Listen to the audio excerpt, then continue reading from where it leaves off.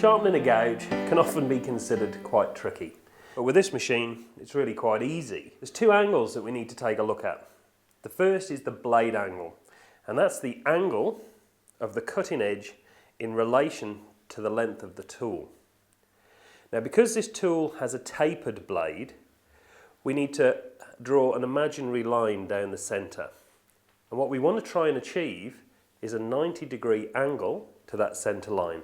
The other important thing that we want to make sure that we do is have that blade straight. I don't want to round over the tips of the tool.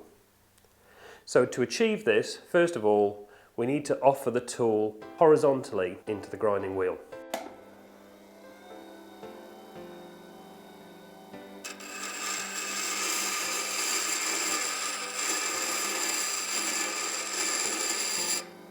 What I've actually created here is a flat line across the top.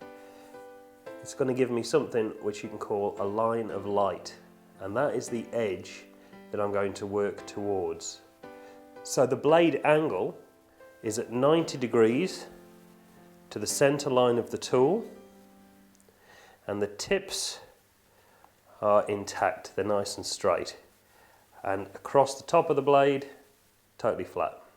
So now that we've established the blade angle, our next job is to establish the edge angle. Now, the average angle of a carving tool is anywhere between 20 to 30 degrees. And the angle simply relates to the density of the timber that you're carving.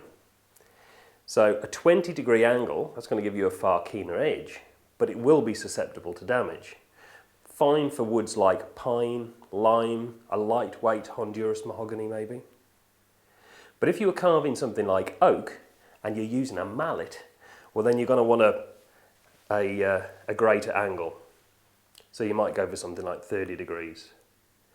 In this case, I'm just going to establish the existing edge angle, so I'll use the angle finder. That actually tells me that this existing angle is set at 30 degrees, so I'm going to go with that. So we'll just place the short tool jig onto the tool, wind up the screw like so. You want to make sure it's nice and firm. Last thing we want to do is for that to move. And now, using the simple trick of blackening the existing edge angle with a marker pen,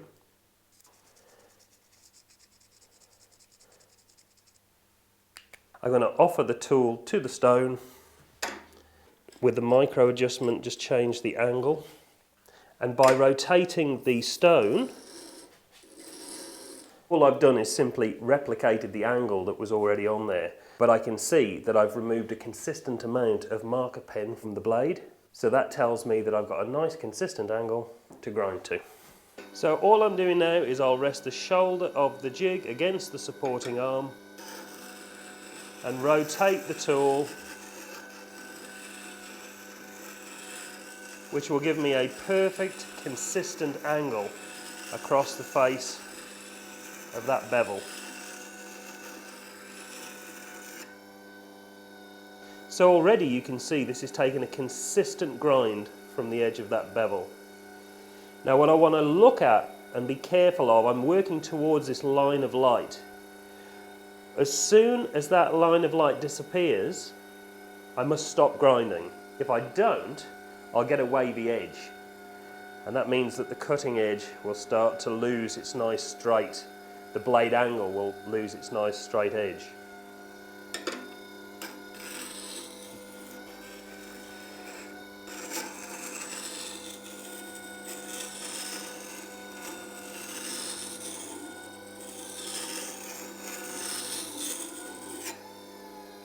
So the lovely thing about this machine is that it's slow enough to give you control. The stone is coarse enough to remove a reasonable amount of metal, so it doesn't take too long. And there is no way that the blade can get too hot, because water is consistently being carried to the blade to keep it cool. look at that. So we've got a perfect, consistent angle around that curved tool. And I'm getting very close. See how my line of light has almost disappeared now.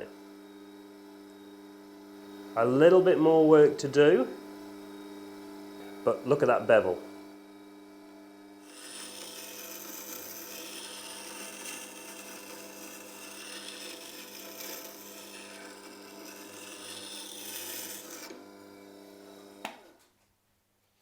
Okay, look at that consistent angle around that blade. Curved blade, consistent bevel all the way around.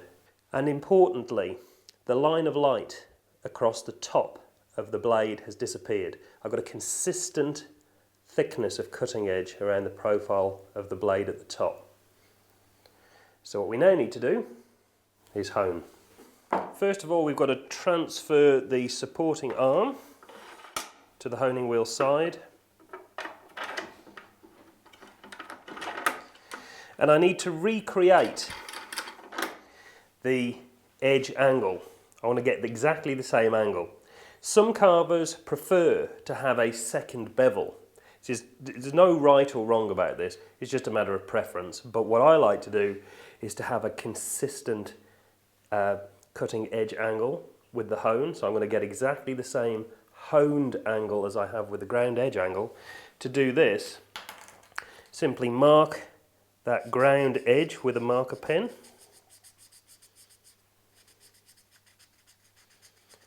Like that. You'll notice that I haven't removed the jig. The jig stays in the same place.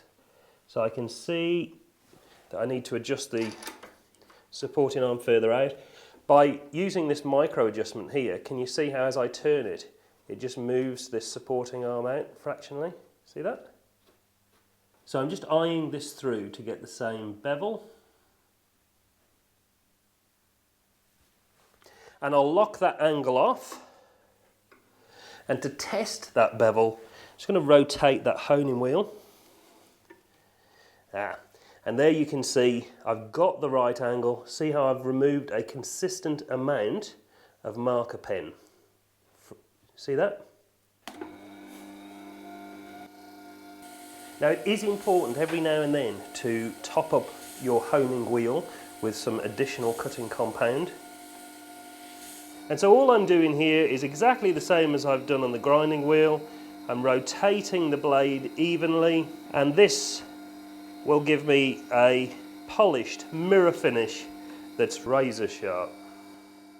So what's now happened is I've formed a burr around the inside edge. So to remove that, what I've now got to do is there's an accessory that you can get for the machine. It's a shaped honing wheel. It's made of leather. And similar to this one, you condition it with oil first. You then impregnate it with the cutting compound. And so you can see as I turn the machine on, can you see how that fits the profile of that carving gouge? And I'm just removing the burr from the inside edge. And then back to the honing wheel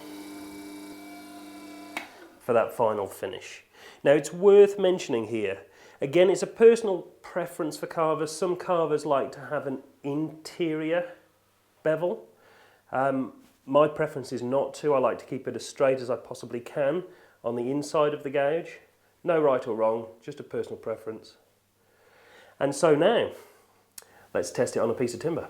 So let's take this jig off. Okay, well that's nice and sharp. Try the opposite.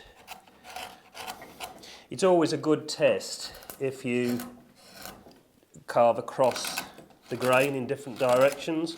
And what I'm looking for is simply to see any white drag marks in the timber. With steady control, I'm getting a nice consistent ribbon across end grain. So we've got a lovely sharp tool.